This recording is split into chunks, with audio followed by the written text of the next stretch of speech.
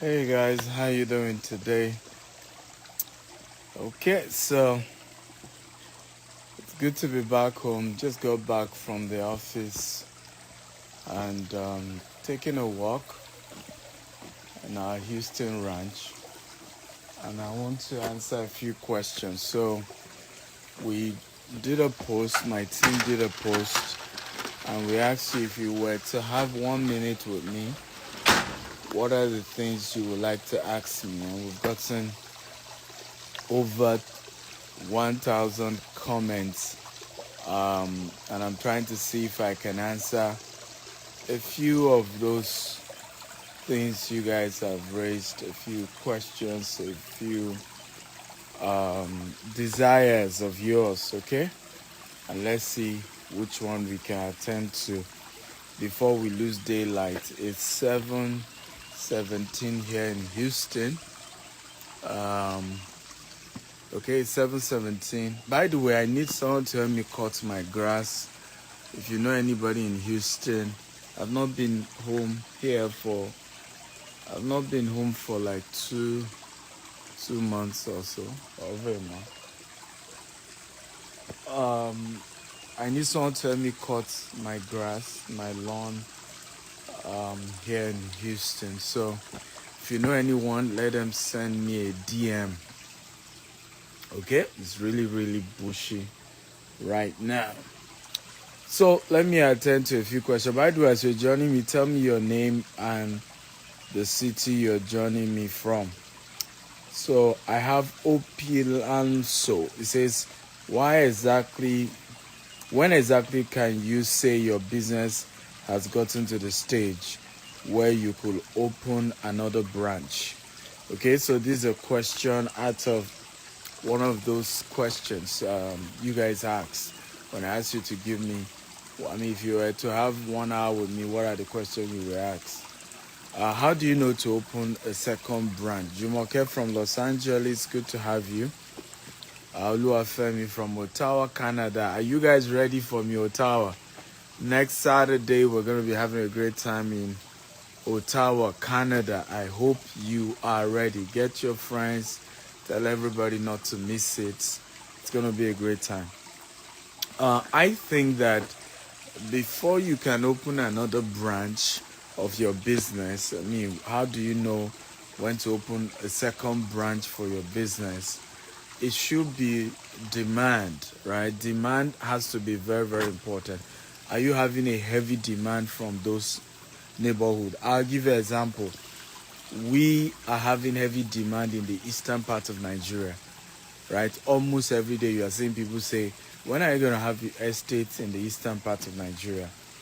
And so we're working hard on it. We tried in the last 2 years and realized that, there are kind of different patterns to things. But the demand from your customers should let you know whether you want to open a second branch or not, whether you want to open a branch. It has to be demand. I tell people sales is critical. You have to be smart about the subject of sales, because ultimately what will sustain that branch is sales. People who are doing business with you, if you open a branch and nobody is doing business with that branch, it doesn't make any sense at all. So how do you know? Sometimes you can sometimes do a survey, okay, just to have a feel in that particular location you want to open a branch. You can ask people, if we're to open a branch here, how many of you would like to, do business with us? Also, you can leverage on the social media analytics, right? So the social media analytics also will tell you where you are getting crowd from, right? So let's say you are into food business and you are let's say you are downtown Houston, okay? Downtown Houston, and you're selling food, but you are constantly having people demand for your food from Richmond, right? In fact, you have more demand for your food, in Richmond, maybe 60% higher. That automatically tells you if you open a branch in Richmond, you're going to get a good number of people to patronize you. Are we learning, guys? If we're learning type, I'm learning.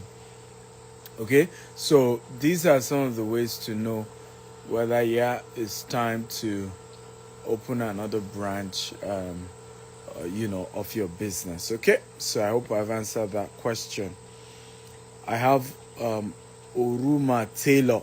Oruma Taylor says, how did you get financing for your business, sir? To be honest, this is still an ongoing quest, ongoing work. I haven't gotten to the peak yet.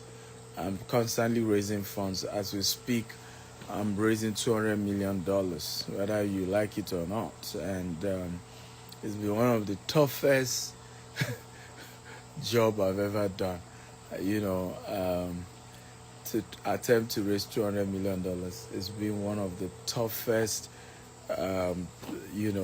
experience of my life as an entrepreneur. But we're going to do it. I can assure you, one thing I will assure you, we will do it. And it will happen, easily. You watch out. But what are some of the things I've had to use? It's called syndication, right? Everybody, you can type syndication. By the way, as you're joining, tell me your name and your city. And, I want you to engage, share, invite more people to this conversation, right? So type syndication. One of the ways I've used to raise money is called syndication. And what is syndication? Syndication basically is a fundraising process where is a crowdfunding model of raising funds. However, sometimes, in the case of syndication, you have to have some level of compliance. You're registered, or you filed, or you use an existing law to cover your business. Because if you just do syndication without some form of law covering you, you might run into bigger trouble. So, for example, we do syndication here in the U.S. and we filed with the SEC under Regulation D. Okay, while in Nigeria we're a digital cooperative. Okay, and we run something called debt syndication. Debt syndication is a form of taking loan from crowd of people, right? And as you do business, out of the profit you make, you pay back the loan that you are owing those people. Okay, and that's called debt syndication. Simply, that's more of how that works.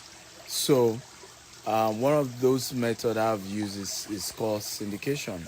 So you can do either equity syndication, you can do debt syndication. However, my advice to you is to start from there. There's also institutional investment where you're taking commercial loans and all that. I don't always advise people to start there. Why is syndication good? Syndication is good because you can easily attract your existing customers in your syndication model, right? So people who already have done business with you, and that's what has worked for us as well. So you see somebody has bought a land from us, and then we say, oh, we're raising funds. The person still go ahead and invest 100 million naira, 200 million naira, or invest $500,000 or even $1 million, right? And the beauty of those kind of people is that they trust you. They already know what you're doing with the business. They want the business to grow. You build relationship, and even when there are challenges, you can talk to them and apologize and appeal to them to give you some more time for you to recover and pay them what is due to them. So doing a syndication for me is the first, model I advise that you do. Let's assume you're trying to raise $1 million, right? $1 million is what you're trying to raise, okay? Let's use the model of syndication. We want to raise $1 million. Let's divide. let's target, if we get 1,000 people, right, to invest in this $1 million we're trying to raise, 1,000. So we divide 1 million by 1,000. What does that give us? Can somebody give us the math? 1 million divided by 1,000. Okay, 1 million divided by 1,000. Okay, guess what? That gives you just 1,000. Okay, so what does this simply means? It means that you can then say, okay, you want 100 people. So let's try it again. 1 million divided by 100. Right? Do you see? If you can get 100 people to invest $10,000 with you, you already have your $1 million. If you can get 200 people to invest $5,000 with you, you already have your $1 million. But you have to be able to come up with legal documents between you and these people you are asking to come and invest. Like I also say, you need to look for a legal covering, okay, so that you don't just do it and sometimes all these people just gang up and go and report to you, and then you're in trouble with the law because you're doing that kind of syndication and you didn't have any form of legal covering around what you're doing. But I have seen, syndication work effectively. It's been helpful. It's been one of the most effective way we have raised money.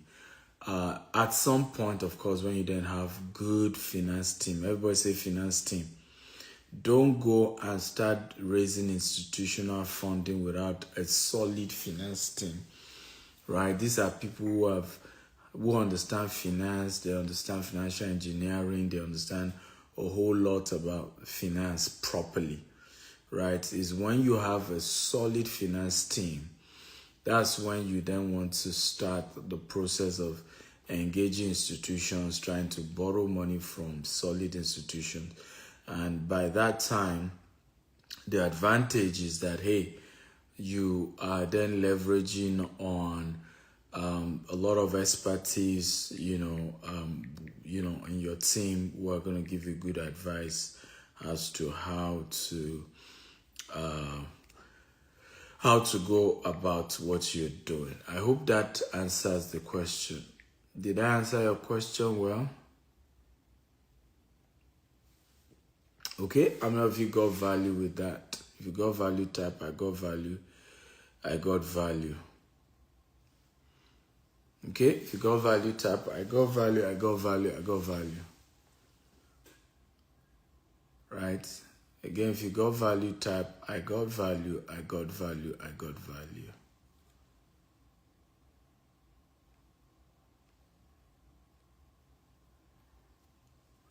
Okay, so let's move on to the next question, right? So what I've been doing is basically answering the questions. For those of you just joining, welcome. We recently posted to ask you guys to give us feedback and if you were to have 1 minute with me, what are the questions you will ask me? And I'm trying to answer a lot of the questions you guys have put together. Umbueze Dere says, can I be in your team? So how can I be in your team? Well, yes, you can you can work with us. In fact, here in Houston, we are looking for about 30 people to work with our office here in Houston.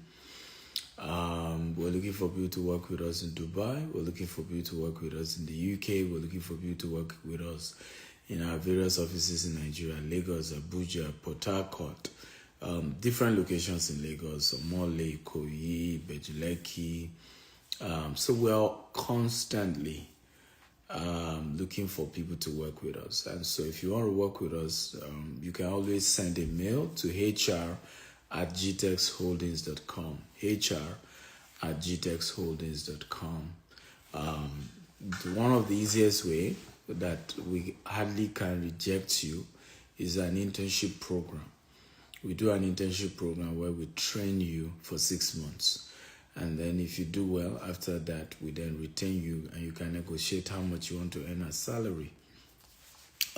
That program has led to, in fact, many of our CEOs today, MDs today, came through that program, right? That was how we were able to raise many of them. They were members of that kind of program. The next question I have here says, what's the best way to find a great mentor in real estate? And how can I position myself to learn from someone like you? Good question. How to find a great mentor generally, whether in real estate or any other way. There are two ways. Number one, you either serve your way. Everybody's types serve your way. Now, the concept of serve your way is that many people feel because somebody is rich, is wealthy, he has all the time in the world, and, doesn't, he should just wake up and start helping everybody. Unfortunately, that's not possible. On this Instagram alone, I have over 1 million followers, right? Everybody wants something from me. Some want mentorship, some want jobs, some want free money, some want... there's nothing I've not seen, right? Some are looking for sugar daddies as well, okay? So we've seen a lot here. And for me, I can't help everyone. I'm not El Shaddai, right? I don't want to die before my time. So there's just no way I can help everyone. So, and the same thing with many people you look up to, that you admire, that you want to mentor you. They also want to mentor you. They don't have a problem mentoring, but you're not the only one asking. There are a dozen and one other people also asking for help, asking for mentorship. So how do you distinguish yourself? You go serve. So that's the way I have had to. A lot of the people you see around me today that are older, that are mentors, I serve them. Okay, I still serve them. In fact, one of my mentors, I handle his social media. I cover him when he goes speak anywhere in the world. My team, I literally employ staff who edit his video, who cover him, who post on his page. He's older, everybody sees him on social media, but they don't know he's not the one posting it. It's not of that generation. It's over 60, right? But I handle all of that. Now, if I were to be charging for that, I would have been charging between 50 to 100 million every month for that job I'm doing for him. But guess what? I'm not charging a dime. Even yesterday, he was still asking me, do I start paying you? Do I employ? I said, no, it's not about money. We're happy to do this for you. So I'm serving the person. Are we learning, by the way? If you're learning type, I'm learning. But by serving the person, I gain access. The day I say to the person, can I come visit you? I have some questions. I need some, advice in this area. How many of you agree with me? He's not going to say no. Come on, talk to me. I need a very interactive class. And by the way, invite other people. And, I want you to invite other people to join us. Okay? How many of you agree with me? He's not going to say no. If when I'm asking for attention, and when I'm asking for questions, when I'm seeking for audience to come and ask him some things, right? If you agree, he's not going to say no. Type is not going to say no, right? And he's not going to say no because I have served. I'm serving him, and he too can see that I've committed to some work. So it's easy for him to say, hey, I can't charge you. You're practically doing this for me for free as well. So it's a privilege to at least pay you in some way, and that's how you want to do things, guys. Look for people who you claim you want to be your mentor. Find a way to serve them, right? They don't even need to be the one to tell you areas of service. You look for a way, right? You look for a way. I'll give you an example. I've had people be on my page, and then they will just write on the comment section, what kind of grammatical error is this? You need to employ a very good editor. Yeah. And some will talk so rudely, mannerless. Meanwhile, if I were the same people, you know what I'm going to do? I will re-edit the article and I will send a message and say, sir, I'm a editor and I've taken the liberty to become your unemployed, I'll be your unsolicited editor. I've just helped you to re-edit this your article, and I intend to be doing that for every of your article. Now, how many of you agree with me? And thank you for the privilege to do this. How many of you agree with me that the first time that person sends that article, I probably will not even reply. Okay? And I'll just keep quiet. But by the time he does it the second time, and I read it and I realize that, he's helped to re-edit it better than I would have done. The third time, the fourth time. How many of you agree with me that by the 10th time or more, I will reply the guy and either ask to give him a job. How many of you understand what I'm talking about? Okay? Or thank him, and then begin to, I would just want to know more about the person. If you agree, type I agree. Okay? Because now this guy is just doing things for me, and he's respectful about it, and he's humble about it. He's not arrogant, because sometimes that's also the issue. Because you think you are helping people do certain things, you now become very arrogant. You now talk in a rude manner. Okay? And at that point, they're like, what's wrong with you? I didn't even ask for your help. Okay, so you have to be, for me, each time I serve mentors, I'm doing it so humbly. I'm telling them I'm grateful that they even gave me the opportunity to serve them. So the way I go about it, I'm not rude to a point where they're looking at it and say, hey, I didn't send you a message. But because of the humble way I go about it, they're willing to keep that relationship. And now they're the ones who want to serve me in return. They want to pay me back in return. Again, if you're learning type, I am learning. Okay? If you're learning type, I'm learning. The second way to get a mentor is to pay. Right? Pay. Pay. Yeah, there's nothing wrong with paying. Somebody say, if you pay, you pay attention. Everybody type it. If you pay, you pay attention. I want everybody to type it right now. If you're following us, type it. And please share this video with your friends and get more people to join us. Everybody type, if you pay, you pay attention. Okay? I'm waiting. I want a very interactive class. If you pay, you will pay attention. Right? So, if you're serious about mentorship and all of these things, sometimes you need to pay. Grant Cardone is one of those mentors I have that I have been paying. Okay, so it's not all my mentors that I serve. Some, they don't need your service. They have too many employees, and I see people do the same thing with me. I have more than 300 employees. So if you're telling me, I will work for you for free, I'm not sure. And I probably have somebody in different things, except maybe the person is not doing their job well. But I have people in many fields, in many areas, and I'm constantly recruiting. I'm willing to pay people to do a good job with me. So sometimes the only other alternative is to pay. Okay, pay for a seminar, pay for a conference, pay for a coaching program. If you pay, you will pay attention.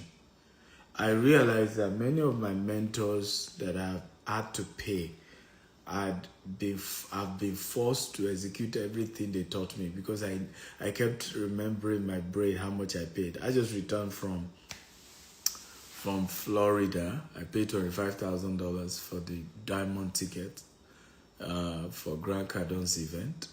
I paid for my hotel, quite expensive. Paid for my flight, very expensive. So you want, people to mentor you, you want support, you want all of these things. Sometimes you have to pay. Now, everything I learned from Grant these last 3 days I went for the conference, I have no choice than to execute. Even if I don't want to execute, the pain, the reminder of how much it cost me to go for that conference will keep forcing me to want to make sure that I execute everything I learned in that conference, because I don't want that money to go waste. I spent good money to go for that conference, and oh boy, I want to be sure that I get the value back and I execute all that I learned. So if you pay, you pay attention, and you want to invest in paying. I'm talking about paying. I have a massive conference coming up. It's called the Business Growth Conference, right? It's taking place in Abuja and Lagos physically. We might announce a virtual ticket, but it's not yet now for those of you outside of Nigeria. But I think even if people are coming from UK for this conference, people are coming from Dubai, people are coming from US for this conference, people are traveling from all over the world. I encourage you, go get a ticket, right? You can send a DM and that gives you a ticket. Do that. I promise you, it's one of those, for entrepreneurs, or those of you who want to go into entrepreneurship. It's going to be a life-changing conference you don't want to miss for anything in the world, okay? I have Samins. It says, good evening, sir. How can I serve in your team based in New York? Well, unfortunately, if you want to serve here in the US, you have to be able to relocate yourself to Houston with your own money and be willing to work with me. That's the only way, for us to do that. I don't even know if he's here. Maybe tomorrow I'm going to bring up our new director of training and coaching, sales and coaching, Eric Thomas, and we're going to be talking about how some of you want to work with us in the US can do that. Eric Thomas is an African American. He just relocated all the way from Florida, Miami, to come and work with me here in Houston. And we're the major reason why he's in Houston. And it's humbling for me. And that's why sometimes I say, prophet is not honored in his home. How many Nigerians will do that? Okay, to say, hey, I'm relocating totally. The man, used to work with Grant Cardone, has left Grant Cardone, been trying to do his own personal business. But seeing what we're doing in Houston, decided to move, got an apartment, Airbnb that is staying now, to work here in Houston, relocate totally just to help us grow our business here in the US. And that's part of the kind of sacrifice I keep talking about. So if you want to work with us in the US, you have to move to Houston on your own. And then, of course, hopefully, you could even reach out if you want to work with us in the US. Just reach out. I'll pass you on to Eric Thomas. He's currently recruiting 20 salespeople, recruiting admin people in our office as well. So you want to work with him, and let's see how that works, okay? How many of you got value tonight? If you got value, type I got value, I got value. I want to share this video and invite more people to join us. I will take one more question. For those of you just joining us, I did a post. My team did a post some days ago to say, if you have 1 minute with me, what is the question you will ask? And I'm just trying to answer those questions that came in. Michael from UK says, are you open for a personal mentorship? I've told you I'm open to whatever type of mentorship. I've told you how to get it. You either serve or you pay, right? Yes, I mentor people, and the two ways I mentor people is what I just taught you. People either come and serve in our organization and get mentored that way, or usually they pay for the mentorship programs.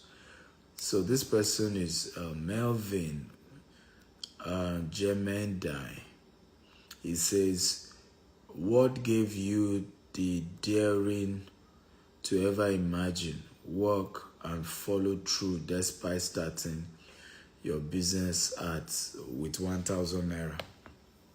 Okay. Send a DM of your request instead of asking for WhatsApp. Just send me a DM on this Instagram, okay? Whatever is your question or whatever is your need. That's to DP Pride 2. I have here, what gave me this Melvi Jen Mendy. I'm sorry I may not pronounce your name well. He said, what gave you the daring to imagine and work hard, follow through, despite starting your business with 1,000 naira? So I started my business 1,000 naira. Then the exchange rate, it was about $10, 17 years ago. And what gave me the courage to continue and follow through was because I didn't have an alternative. You see, the reason why many of you are not following through on your dream is that you have alternative, you have option, right? If this doesn't work, you're going to try something else. You have your uncle you can run to that will give you free money. Basically, many of us have options. That's why we're not giving life our best. And I'm being honest with you. The day you lose options, right, you burn the bridges. And I think that's what helped me. I burned all the bridges. I didn't have options. I didn't have alternative. I didn't even collect my degree from Osuti today, right? So it's not even easy to get a job. I even, of course, printed 100 CV, tried to even get a job. I didn't get any. So I didn't have an alternative, right? The only thing was this had to work, right? There was no other, option. And that was the only way. It just has to work. And because of that, it has to work. I had to put in everything. I just followed through till it worked. And I thank God today, for where we are. But the secret is that I did not have option than to just make the business work. I still say to the people in GTEX, I say, many of you, if this fails, you can go get a job, you can work elsewhere. I don't have an alternative. This is the only thing. And I put all my life into it. So if your eye be single, your whole body will be full of light. I think the lesson is we need to focus. Many of us need to focus on one thing. We need to push one thing. We need to be hungry about one thing.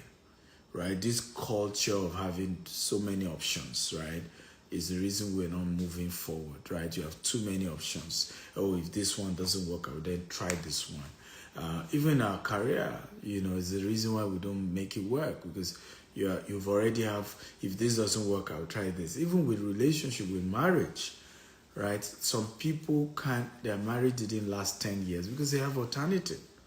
For me, I don't have an alternative. So in fact, many times I ask myself, who else can endure me like my wife has done? Okay, who else? And I've always had to be grateful to her that way. And she has also had to be like that, because she too understand our own excesses as well. And she looks back and says, who else will have loved me through all of this like my husband has done? So it's important to be focused. It's important to make up your mind. It's either this work or it works. We either win or we win. We burn the bridges, and we are not going to take a no for an answer. The only thing is this must work, period. Now, when you have that kind of attitude to life and business, it will work. But when you feel, if it doesn't work, I will try something else. I'll go another way. I have this other strategy. I have this other auntie that will help me. I have these other friends I'm going to talk to. The fact that you have too many options is the reason why you haven't put in all. If you burn the bridges, many of the great people you see today, whether it's in business, whether it's in music, whether it's in athletics, whether it's in entertainment, whether it's even in ministry, they burned the bridges. There was no alternative, right? They just had to give it all.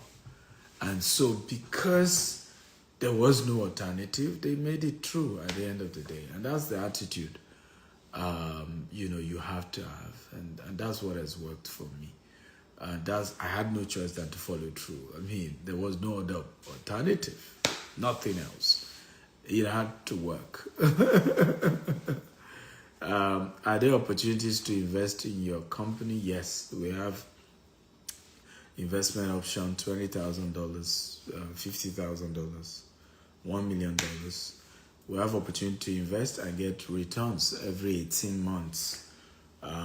Yes, you can send a DM. We'll give you all the details, and if you want to invest, yes, we have that. A lot of our real estate expansion, we're taking investments, and you can invest.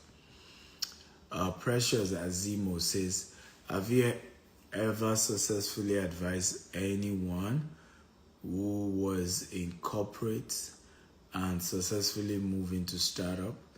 What were the lever you spoke about? I don't understand what it means by lever. Okay, so I don't understand what you mean by lever. But yes, I've advised people who move from corporate to startups. Number one rule, and this will be my last question, so please don't bother asking me any more questions. This is the last I will take. My number one rule is, if you're going to move from corporate to, starting your own business, don't rush to do it. Don't quit your job. Start the business before you quit your job.